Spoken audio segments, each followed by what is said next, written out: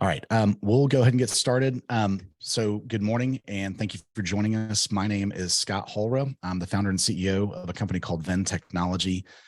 This is something I've been really excited about for a long time, and this webinar came about as kind of some internal conversations that we were having and conversations that we were having friends in the industry about what they're thinking about AI. And the more we talked about it, the more we thought others could benefit from kind of getting an opportunity to listen in on the conversation. And so we have assembled a great panel of experts and panelists who are doing all kinds of things and have their own views on what we should be doing, how we should be doing it. And I'm really, really excited to introduce you to them. Let's take a quick look at our agenda. So Tyson Hollas is going to kick us off with kind of an overview of the current state of what's here. And then from there, we'll move into our panel and discuss some threats and opportunities. After that, we'll get into some practical use cases for finance and accounting teams. After that, we'll touch on what we think is ahead, what's coming in the near term, and then finally wrap up with some Q&A. We do want this to be very, very interactive. So please make sure that you are posting questions and comments in the Zoom chat. So just going through some bios real quick. Again, Scott Hollrah, I'll be your moderator. I'm going to be fairly quiet today other than trying to keep conversation flowing. Founder and CEO of Venn Technology. We work with mid-sized organizations to automate the flow of data between systems and implement CRM applications like Salesforce and HubSpot. With us as our main presenter today is Tyson Hollas. Tyson is a long time friend. We go back 15 plus years. He is somebody that whenever I've got a question about just about anything, he's my go-to guy. He knows it. He is a lifelong learner. And incredibly thirsty to just learn. And so he is a decision scientist at Archaea Energy and helps provide decision-making methodology through advanced analytics. And in light of everything going on with AI, he's been an enthusiast and is looking to help improve business efficiencies and the livelihood of teams through this kind of tech. Kote, also longtime friend. He is the CFO of World Learning. He's also been a great customer and friend of Venn Technology. Also a lifelong learner, has multiple degrees, math, economics, law, MBA. And when I reached out to Kote about participating in the panel, he said, man, this is actually great timing. I'm actually going through a course via Cornell, which again is not a surprise because he's always digging in and learning new things. Nikolos is IntraHealth's chief financial and administrative officer with over 24 years of both domestic and international work in finance and business ops, compliance, and federal award implementation. He has held various senior and executive positions at international nonprofit organizations in the U.S. and overseas. And finally, Kenny Mullican comes to us. He is an incredible thought leader, contributes online to Accelerated Economy, and is focused on cloud and hyper-automated strategy. He's the CIO of Paragon Films up in Tulsa, Oklahoma. Kenny analyzes the impact of technology to drive business process and customer value for mid-market companies. He has expertise in automation, enterprise information architecture, security, financial systems, manufacturing, and software development. Again, thank you to all of our panelists, and I think we'll get started.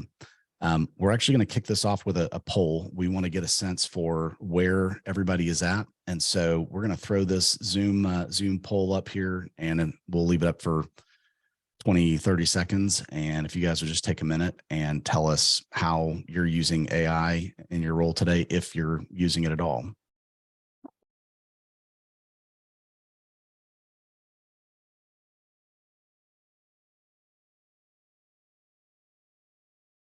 Got really good participation. Okay. So looks like the vast majority of people are not using AI at all. So hopefully you guys come away with some ideas about how you can actually implement this. Outside of that, it looks like a lot of it is around data sourcing or to help summarize content. Not going to lie, I've been doing that myself even this week. So, and then some of you have some other use case, and maybe we can dig into that in the questions in chat later. All right, with that, Tyson, why don't you take it away? Thank you, Scott. Hello, everyone.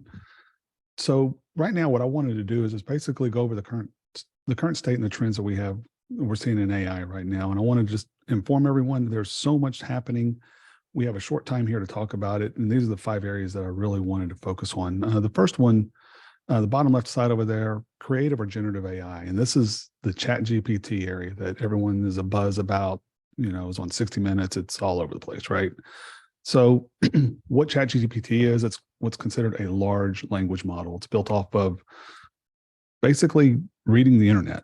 There's a few different of these large language models out there. Google has one, you know, there's OpenAI's ChatGPT, they're abundant. What you can do with it, if no one's used it, you know, we had 60% saying they're not using it today for business, but maybe somebody's not even used it at all. It can answer questions and perform instructions. I mean, I use it now to do a lot of research in code. I use it to analyze an email that I might read, break it down. If someone sent me an email, I ask it for what's the tone in this, or pretend you are, you know, a junior developer. How would you interpret this? You know, and now the trouble with that is that it gets into what people call hallucinations and doesn't know everything correctly, but it will return something. And I've found it to be, you know, pretty accurate most of the time. But its output is from previously published content, meaning it's reading the internet and all the biases that are inside the internet, it picks up on, and it doesn't know exactly what to do with it. And we'll talk about that here a little bit on the way things are going, but that's what creative or generative AI is. And that's what the real buzz is. The next area is basically greater AI human collaboration. You know, we see pizza robots making stuff in automation and deciding different things. There's small rule sets inside of it. And these are called collaborative robots, where you have a human and the robot working together, or cobots, you know. So they're cost effective, they're safe. You can go in. There have been some sort of this going on for a while, but with the new technologies coming in and the new language models, well, any type of model, it's helping make these a little bit more efficient. So super easy automation, and then they're designed to share a workspace with a human. You can kind of think of, you know, dispensing, machine tending, material handling, palletizing, those type of activities are handled with cobots.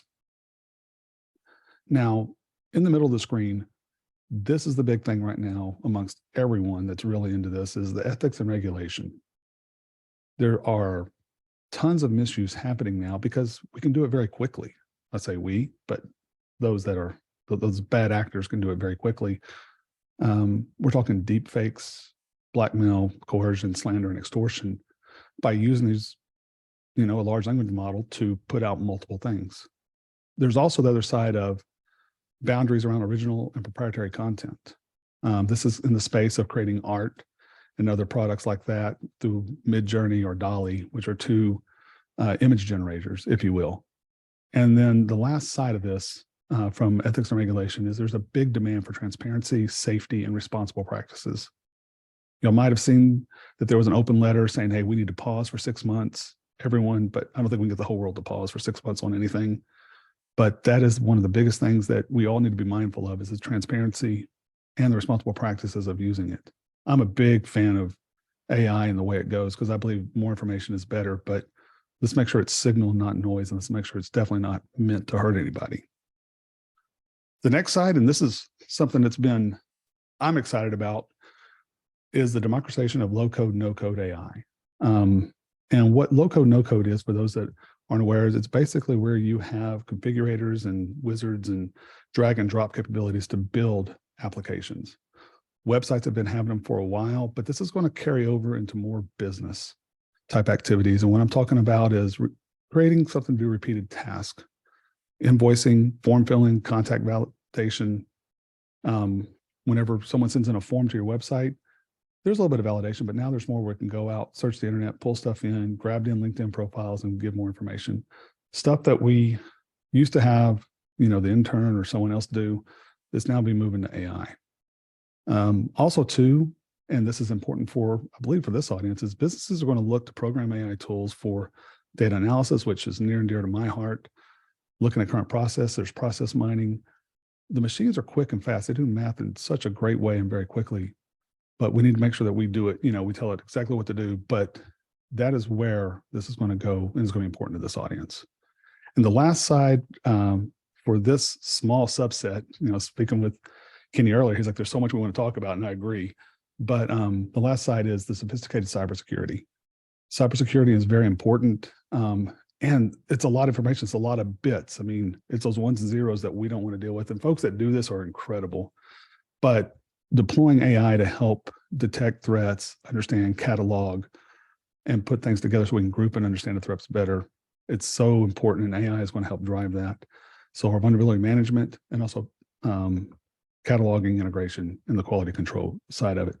But these 5 areas, I want to inform everyone on, look it up, ask questions inside of this. Like Scott said, we want to have as many questions as possible and get back with you. But that's the current state and trends, and I just want to keep this thing moving. So thank you, Scott, and we'll move to the next. Awesome. Thanks, Tyson. So we are going to move into our panel discussion, and starting off on the topic of threats and opportunities. We do have a poll on threats and another one that'll come up shortly after this. So if you guys would take a second and go through, actually both questions are embedded in the same window. So take just a minute and let's get your take on threats and opportunities.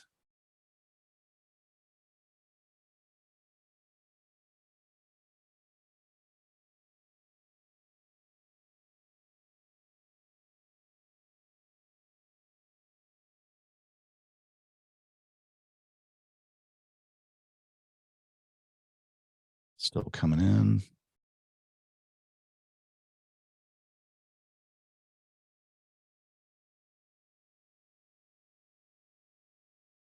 Again, high participation. Thank you, guys. Looks like we've got most of the audience covered in terms of response. So from the threat standpoint, it looks like data privacy is the #1 concern, followed by cybersecurity, job displacement, and then embedded bias. And as I've played with some of these things, I do think that the bias is something that we really do have to watch out for. As far as opportunities, it looks like we're pretty evenly split between risk management and staff retention or staff augmentation, the idea that we can get more done with the resources that we have. And then after that, compliance and customer retention are kind of the follow-up. So anyway, very interesting. Thank you guys for sharing your perspective. So let's go ahead and move into our panel. Guys, we'll just open the floor. What do you see as the concerns, and what are y'all excited about when it comes to AI? Kenny, I'll kick it to you first. So I'll start with what I'm excited about. I tend to be an optimist and look at the good news. And what I'm excited about as a CIO is the ability to put tools in place that will help people to do more faster. So, one of the things that we've found more recently is that it's been difficult to fill all of our accounting and finance staff positions. There's a lot of competition out there. There is a high demand for finance professionals, and so we have people that are having their work really stack up on them. So anything that I can do to provide them tools that allow them to accomplish more and get things done is good. And so that's where I see a lot of benefit from AI, is in the ability to more quickly automate tasks, more quickly analyze data. So, we've gotten used to, in a consumer space, asking Siri or Alexa or Google a question, and it usually is something more along the lines of something that we're doing at home, like playing some music or setting a timer or giving us a recipe or those sort of things. But now with the advent of things like ChatGPT and the ability to plug them into our own data, to be able to take that natural language and ask questions like, put me together my board slides for this month that takes the financial information out of our ERP system, keeps it private, doesn't share that out to the world, but still can analyze it, put it together into a deck that I've maybe got a template that I've already specified for, but be able to use that with just natural language and ask the AI assistant to do that for me could save a lot of time over just having to sit down and do that tedious task, which is just pulling data, assembling it together, making sure that it looks right, adjusting the colors, and then sending it off in an email. So that's where I see at least one area. The other is in being able to help prevent fraud. AI can very rapidly look at lots of activity that's going on at one time and look for things that seem out of the ordinary, anomalies where, wait, should that person really be accessing that data, or is that kind of, do those numbers really fit, and maybe calling attention to it? So kind of from a cybersecurity or a fraud prevention sort of way. And then as far as threats, I think it was mentioned on the slides before, we really have to know that if we can use it for good, somebody's also going to use it for evil. So the fact that you can make things seem so realistic so easily, allowing it to write an email that doesn't have a bunch of misspellings and bad grammar and things that alert you to the fact of, wow, this might be a fraudulent email, or this might be a phishing attempt, and AI might be better at generating that. Or even worse, if you get a phone call and you hear a voice of someone that you recognize, and it sounds like, hey, this is really the CFO telling me to do this. I recognize their voice. Well, if AI could generate that voice, which we've already seen that it can do, then you have no longer made it where you can just say, just don't trust email, but if you talk to them on the phone, you'll be fine. So that's a couple of the threats that I would see coming up from some of this technology. Yeah. And on that note, there was a Wall Street Journal article probably in the last 2-3 weeks where one of their writers basically started leveraging all these different AI services, and she was able to train it with her voice and called into Citibank and fooled their voice verification system. So definitely a lot to be on the lookout for there. Kote, I saw you come off of mute. Why don't you jump in next? Threats and opportunities. What are you seeing? I was a little surprised, Scott, that the hallucination was not mentioned as one of the threats, because it is a threat if someone is taking the response that it's getting from ChatGPT or another model at its value, at its face value, and assuming it's true. And we've seen that even just last week, where I was reading a CNN news where lawyer got into hot waters with the judge, where he was using case references of completely imagined cases that didn't exist, and arguing based on those cases. So it's I think hallucination is real, and it needs to be, I think, somehow regulated, put with the guardrails.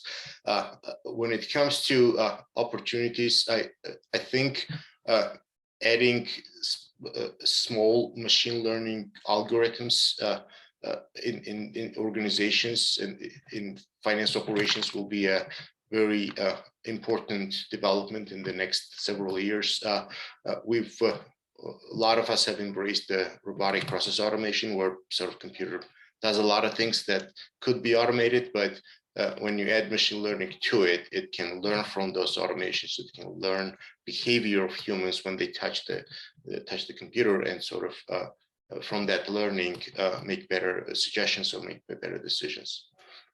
And we'll discuss more of those in the use cases of how some of us are using it, some of the things we see down the road of how we could use it.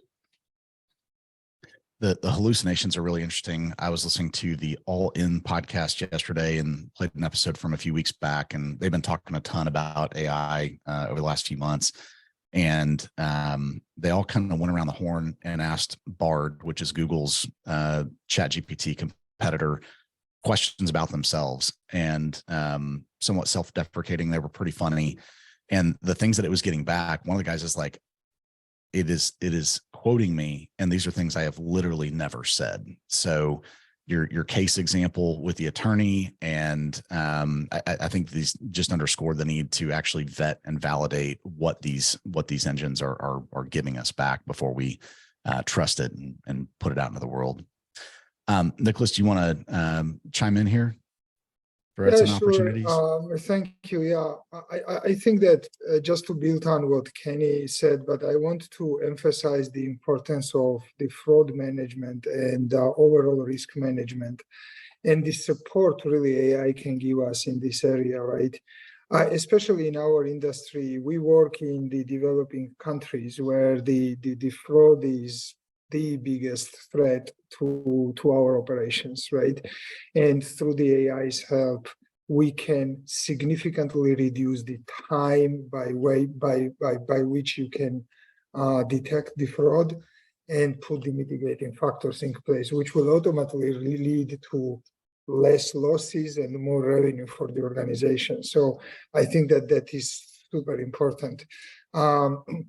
And I'm truly excited about that. On the threat side, I would add the accountability and transparency area, because we need to, errors will happen. And who will be accountable for the error when it happens? And even from the transparency side, for example, how are we backing up on how algorithms are written and how we are supporting the decisions that is made by artificial intelligence in order to support our operations, right? Conversations with the auditors and defending our approaches will be one of the areas that we need to look into from the and address from the threats perspective. I was at a conference last week, and certainly AI was one of the topics, and there was a slide in the deck that said AI will never certify an audit statement. It will never sign the audit statement. So again, still need that human interaction and human review before we take it as gospel, so to speak. All right. Well, thanks for that. Let's, Kenny, do you have something to add before we move on? Just someone had put a comment in the chat in regards to something that I had said. I had mentioned building a board deck with your financial information, and the question in the chat was, that's great, but what about the fact that you're exposing business sensitive information to the open source black hole? And completely agree. And so I should paraphrase, explain. I don't mean that I'm ready to start doing this with ChatGPT today. I'm looking forward to this as a capability that we will be able to use once we have dealt with some of these threats, including privacy issues. So right now, when I put information into ChatGPT, I just assume that anything I put in there is going to be shared. And so I don't put any private information into there. I'll put things a little bit more generic that I'm not worried about getting out there. But there are other companies that are doing a lot of great work towards building private systems that aren't open source, that aren't just putting it all out to the world. I was at IBM's Think conference a couple of weeks ago, and they described some of the products they're doing. Well, their main product they're working on is called Watson X. And they've done an enormous amount of work to ensure that you can install this on private servers, you can put it on your own private cloud, you can make sure that all the information that you digest using it is not shared to anybody else, but is kept private. So that's what it's going to take to really use it for those type of business cases. It's the same thing with your cybersecurity tools. If your cybersecurity tools were just some open source tool that was digesting all the information and making it part of the public information, that wouldn't be good. So you've got to know that whatever you're using has proof that whatever they that the source of the information they give you, where is it coming from, and that the information you give it isn't going any farther, is kept local to your use. That's a great point. And internally, as we have kind of wrestled with what can we do at Venn, how can we use it, what's permissible. I'll be honest, I'm willing to bet that most of you would be in the same boat as me. I can't tell you the number of times that I've actually read the terms of use for any software application. and I'll, scroll to the bottom, click accept, move on, get into the app. But this is the first time we've actually paid attorneys to review terms of use for a system. And so I think that kind of speaks to what you were talking about. And not only is it important for us at Venn to review the terms of use, but 6 months from now, when they change, we need to send it back to the attorney and really understand what are they using? What are they doing with our inputs? So thanks for digging in on that. All right, let's jump in to our next topic. So use cases. As we've been preparing for this webinar and the conversations that we've had with our panel, and again, these guys are just brilliant when it comes to this. Some of the creativity and the things that they were coming up with, telling me that they're already doing, I was like, oh my gosh, that is really cool. And that really is a finance and accounting and operations use case. And so I'm eager for them to share that. But in the meantime, we want to get another poll and get some ideas from you guys. So y'all have been great in terms of participation so far. Let's keep that going. Got about a third of you so far that have responded.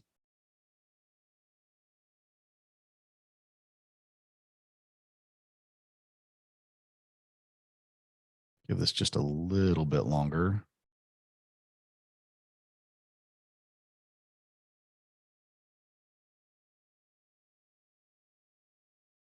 All right, we got a little over 2/3, so we'll pause there. So things that jump out: financial statement analysis is leading the pack. Totally understand that. That makes a lot of sense.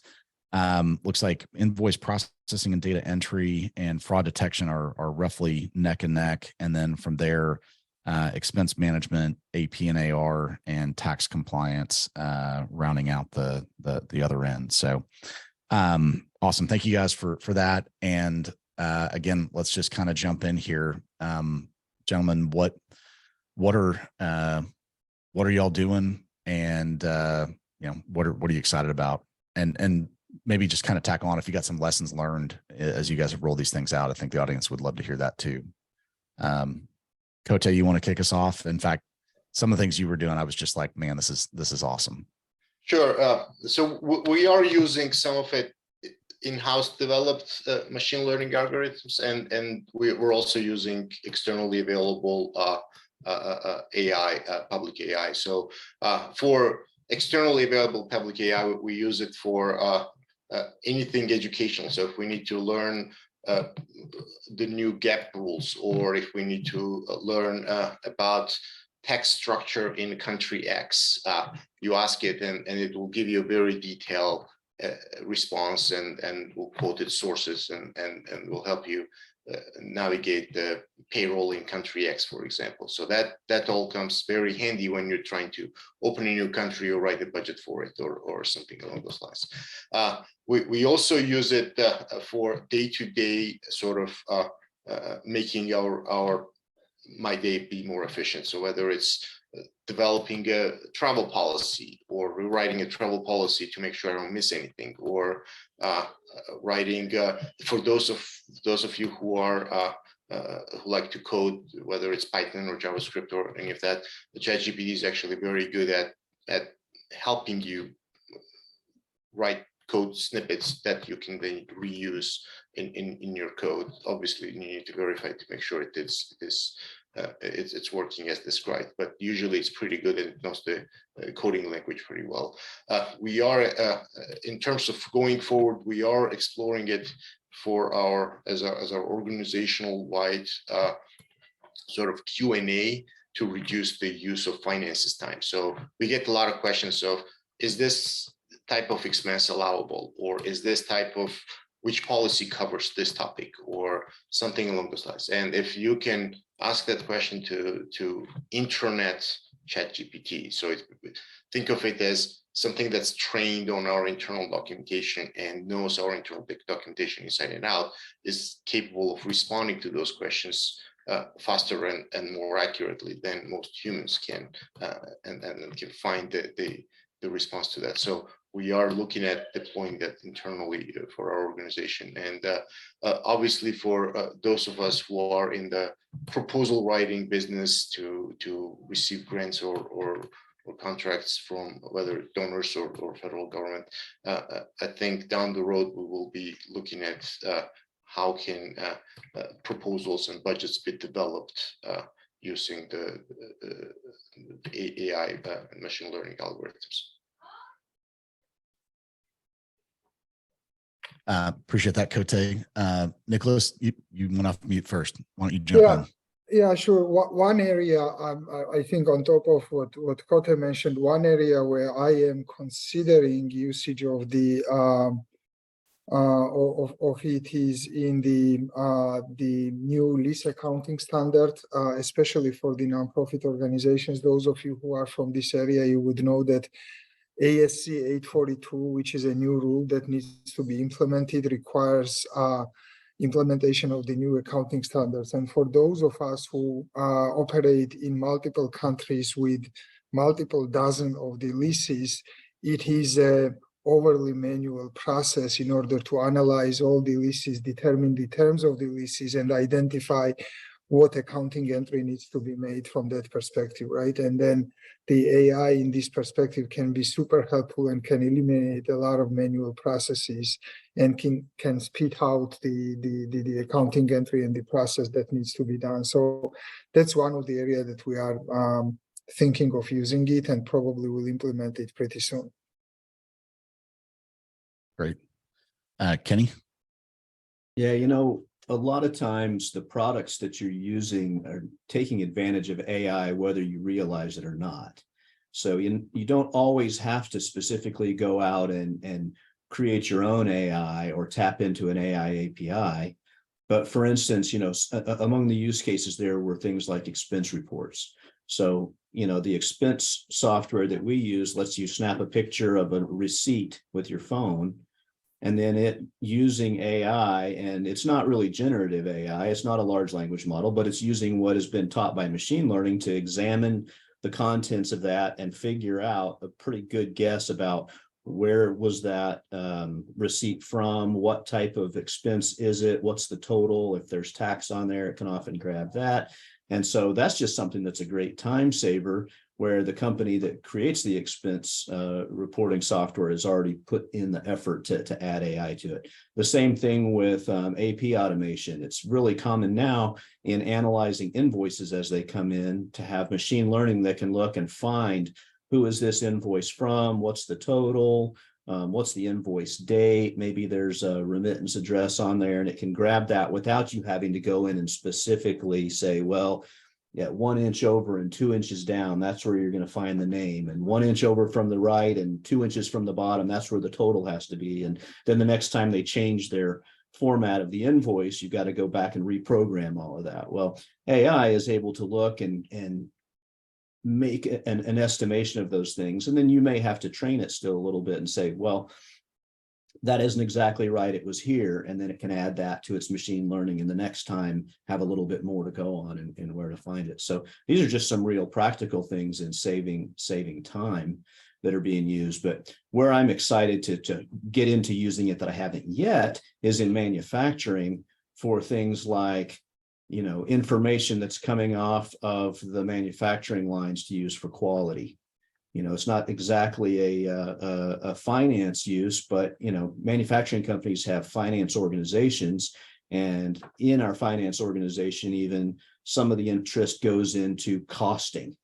And so being able to use AI to give more accurate information about what raw materials are being used allows you to get more accurate costs, which then you have more accurate, you know, margin calculations or anything else that you're doing. So those are some things I'm pretty excited about. Kenny, I agree with you. It's the move of incorporating a true business analyst and not having to go through those cycles, especially when you're talking about quality control and upper and lower control bounds, and seeing the trend so you can move it to reset the machine, right? That's really what I'm seeing AI from a use case coming in, is folks in your example of invoices and expenses is dead on. It used to be that OCR, hey, it has to be in this area or else I won't pick it up. But now with the incremental improvements through these type of modeling, through the other things being taught, you now have a wider area that it can kind of go, oh, this is where it's at, versus saying it has to be within these 8 pixels here. to do stuff. I mean, that's a great thing of how the use case is being pushed through. Nikolos, I think I cut you off. Didn't mean to. No, yeah, it's all good. Thank you. Couple things, just kind of tagging on to some things that were said, and how, you know, a lot of us have been using AI in different tools without necessarily knowing it. The expense reporting was a great example. We're a Google Apps shop, so for our email and docs and storage and all that, we're on Google.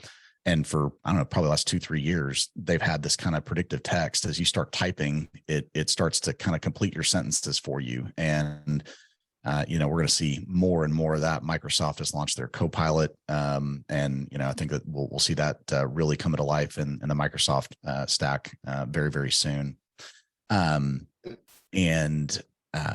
Yeah. Anyway, so it's been here, and then Tyson, I think it was as you were talking, it got me thinking. We've actually been training these models, whether we intended to or not, through CAPTCHAs over the years, right? Like, pick the bicycle out of the which squares is the bicycle in, and that's been you know harvested and used to build these things out. And that's probably why we don't have to know that the, you know, vendor name is 2 inches from the left and 1 inch down.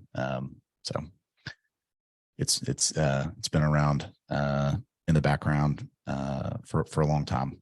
You know, Scott, as you were talking about the predictive of what you're about to type into your email, and that's just going through, I'm going to go back to some of the misuses and ethics on it, the deep faking, kind of combining both of them together. You know, one of the things I've thought about with AI, and I love the generative, hey, is this what you mean to say? And I'm like, sure, that sounds good, go. But do we then just become a society of just primary content? That's all we think about, and we're letting AI do those menial surface level conversations. So don't mean to go back to the threats and the concerns, but you know, we're already on this whole track of that. Facebook and social media has really diminished our ability to communicate. I think we need to be intentional and not let AI take our small parts away of the communication. Well, I'll buy you drinks in person next week. My man. So how's that? All right, there we go. Very good. Well, before we move on, any last words on this topic? Scott, I think Tyson and Kenny mentioned this, but we are seeing almost every new system that's kind of selling to the partners is trying to incorporate AI and machine learning in some ways, and that's sort of especially in ERPs, and we're seeing it in the ERP we're currently using, and we're seeing it in competitors' ERPs as well, and things like detecting anomalies in transactions or in journal entries, or something that is not, and that is not what the usual operation looks like, and that could be very instrumental in detecting fraud. It could be very instrumental in audit selection, and sort of turns you into, down the road, I know we mentioned that it's not going to be AI signing off on the audit, but auditors will be more and more relying on AI doing analysis to detect the fraud, to detect the anomalies, and then do more targeted audit process. So instead of just doing random selection, it will be more targeted selection of things that are a higher risk, and that will reduce the cost of the audit, but it will also make the audit more robust, and obviously reliance on the financial statements will improve as a result. Yeah. And I'm sort of moving to the what's ahead conversation. I know.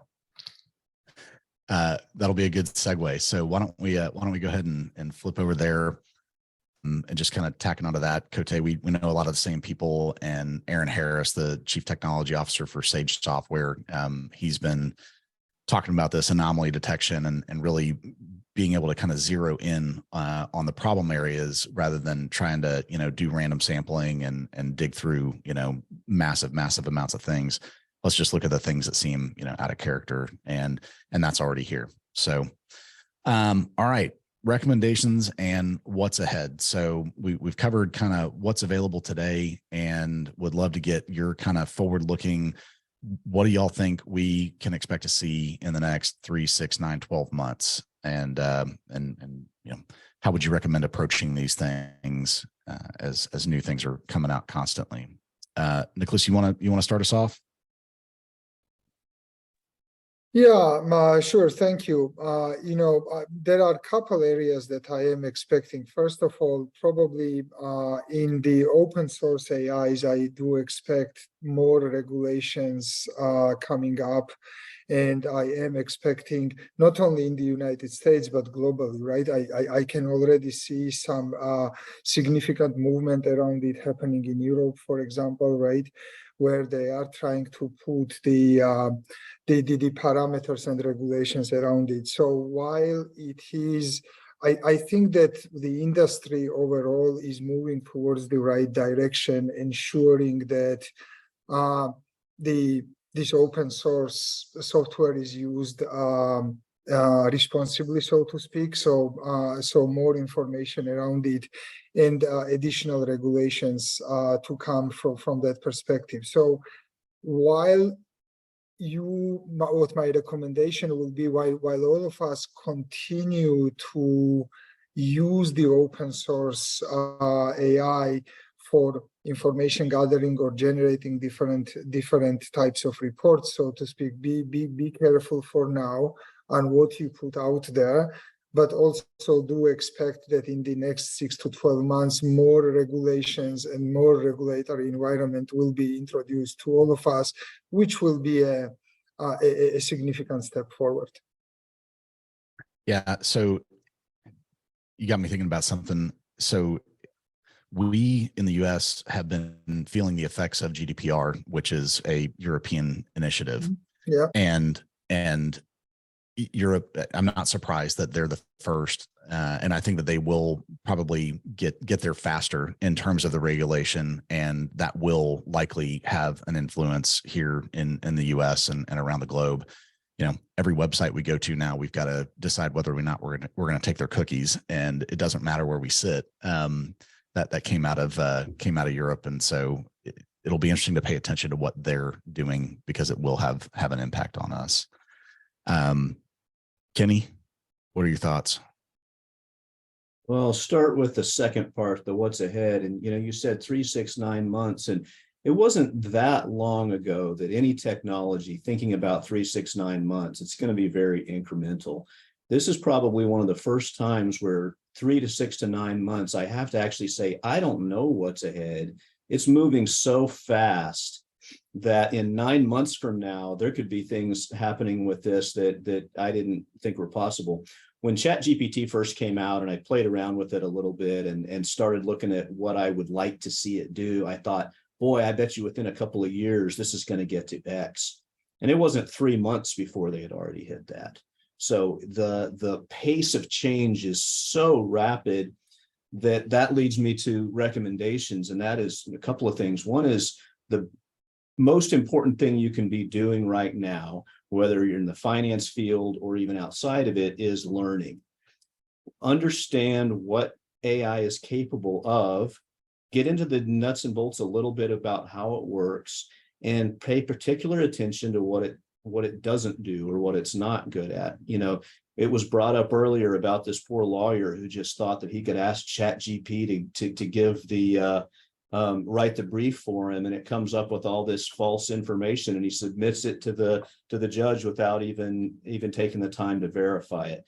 You don't want to get caught doing that, whether you're a lawyer or not. And I have to say, I've had that experience happen myself, where I've put in and asked it for information, and it came back with very realistic sounding. I thought, that's fantastic. But when I did a little more digging, I found out completely fictional. So at one point, I actually, my son just graduated with his master's degree. And so I was curious to just put his name in and see if maybe some of the talks that he'd given at conferences or the papers that he'd written would show up. And instead, it gave me a list of papers, articles, and even books that he had written, told me that it was available on Amazon, the name of the book, the publisher, the content, everything, all fictional. He got a real kick out of it. I texted him and said, hey, did you know that you wrote this book and have these articles published in these national magazines? He's like, wow, cool. But you just, that's the I'd be asking for my just, royalties. you got to be careful about that stuff and know that sort of thing is going to happen and be aware of it. So, but the more that you understand what's out there, the more that you tap into these news feeds and get on the mailing list to find out what's there, then as this technology gets a little bit more fully baked, as it starts to really become more mature, and some of these, I'd say often it's the bigger players, not always, but especially with the bigger players, they're going to be investing millions and millions of dollars into getting it right. And they're the ones who are going to be held most accountable for privacy and security and transparency, sourceability. So I expect out of people like Microsoft and IBM and SAP, some of these companies that have been around quite a long time are going to have more mature technology that's actually ready for you to take and use their products, or have consultants who know how to help you use those products to achieve real results. While some of these other things that are out there are a little bit more in the experimental realm. And that's where you can play around with it. Be careful that you're not using it for things that are too serious. Be careful you're not putting too much private or intellectual property into there, but still playing around with it in order to get the feel for what's possible, and then translate that into what might be real products that you can use for business. Yeah, Kenny, I totally agree with you. It's informing yourself and becoming aware of what's possible now, and then knowing the limitations. I mean, we spoke earlier when we were preparing for this that, ChatGPT and the large language models, it's gathering everything and there's no limit, and it's making stuff up based on its own inference between different articles and the way things are written. So I think, as we look to what's ahead, it's us educating ourselves, because this is, first of all, it's not going away. And I do believe this is going to change the way business is done, more so than e-commerce did, than the containers did as we ship so across.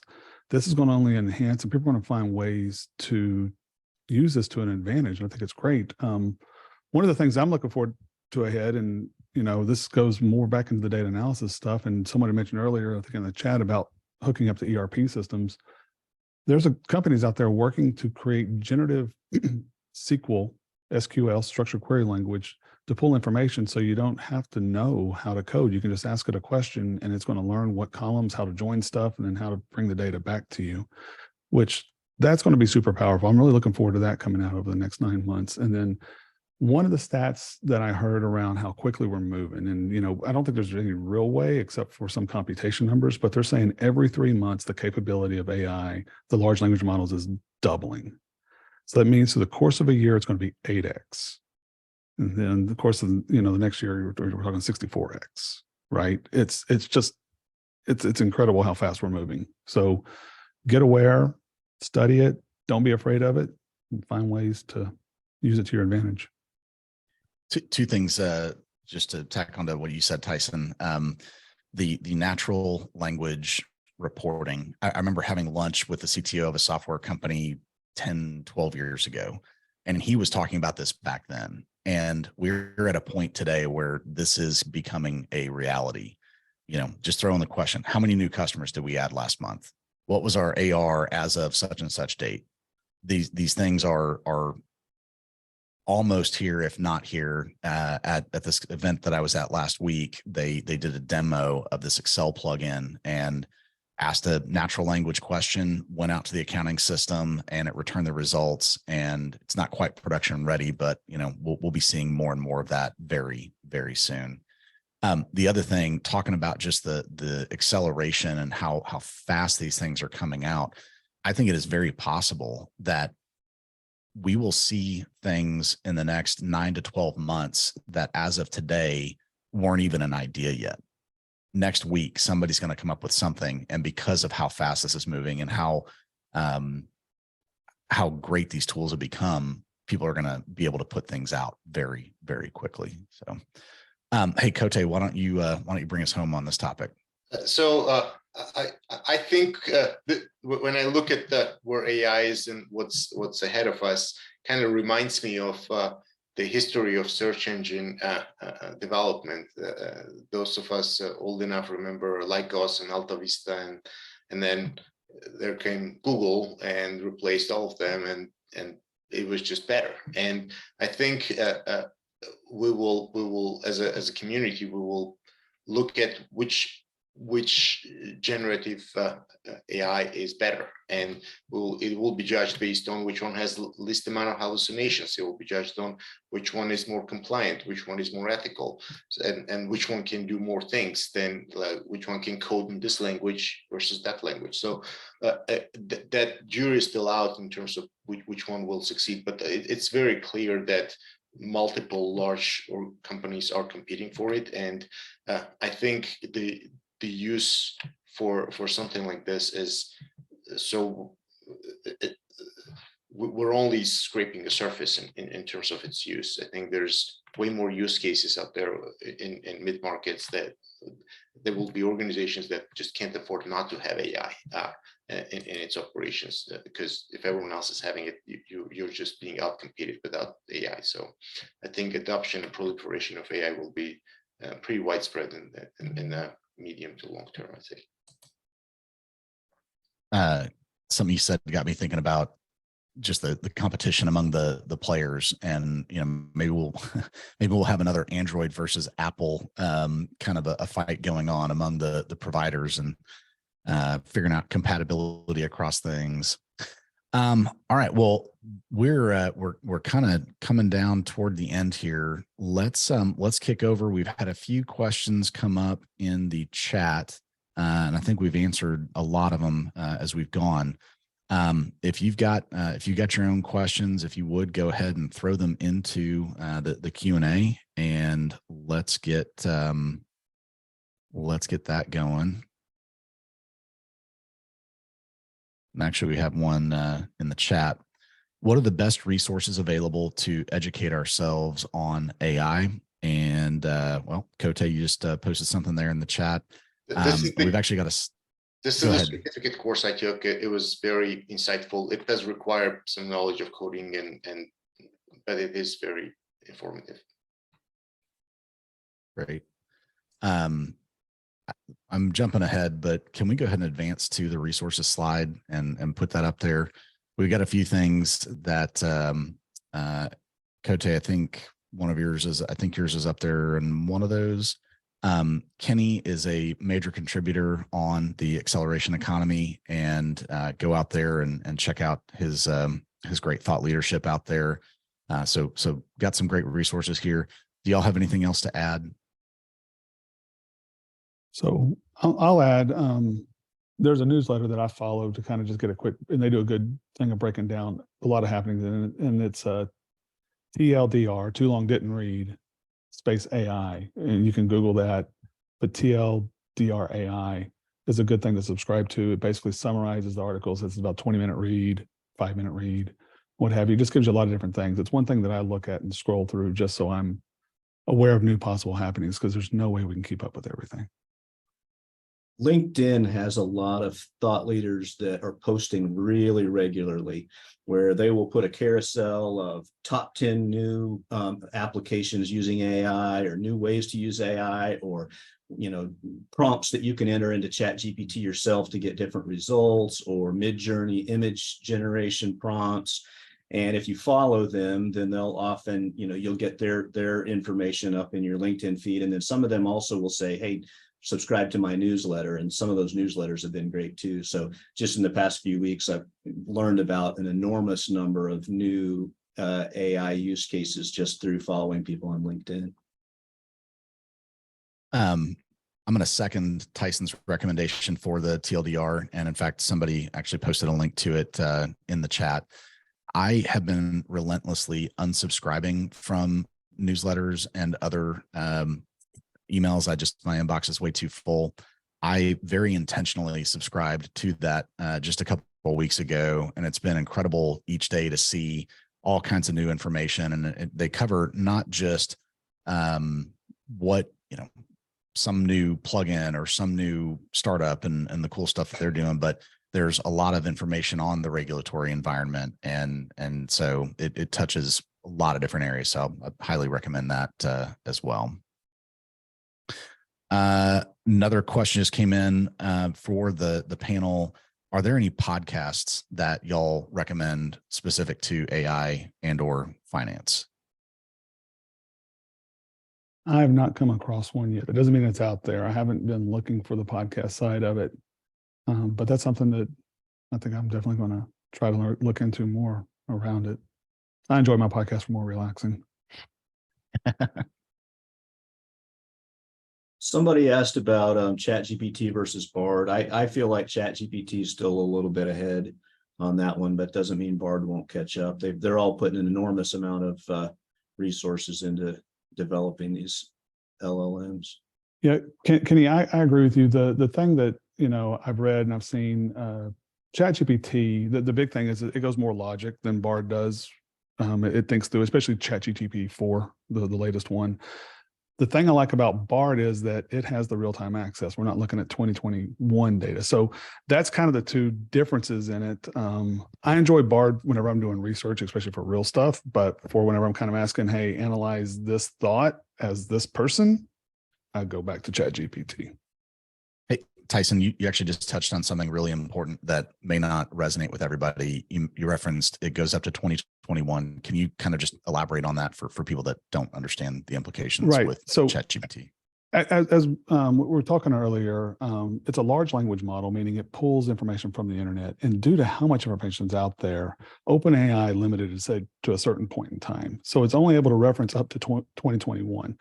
I don't know full plans to get further out there, but for ChatGPT, it goes up to that time. So anything you ask it about 2022 or 2023, it's going to go, sorry, I don't know, pretty much. Or it's going to hallucinate, like we've talked about. It's going to try to infer what's been going on. So that's, the real simplistic term.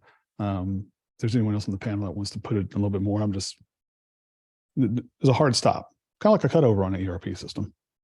Stop and go. Yeah, they recently added some plugins that are available in beta for ChatGPT. True. And one of those is the web connection to the web, and then other plugins as well. But I think they're still so new. I tried the web, and it wasn't quite what I was expecting. It didn't just open it up to everything. It kind of went out and searches a little bit on the web, but I think that one still needs some work. But I'll have to give Bard a little bit more try when looking for up-to-date information and test that out. In just some of the experimentation I've done, ChatGPT seems to have a little bit more personality than Bard. And maybe it's the prompts that I'm giving them, but yeah, getting a lot more fun stuff back from ChatGPT. All right, last call for questions, and we'll see if anything pops up here.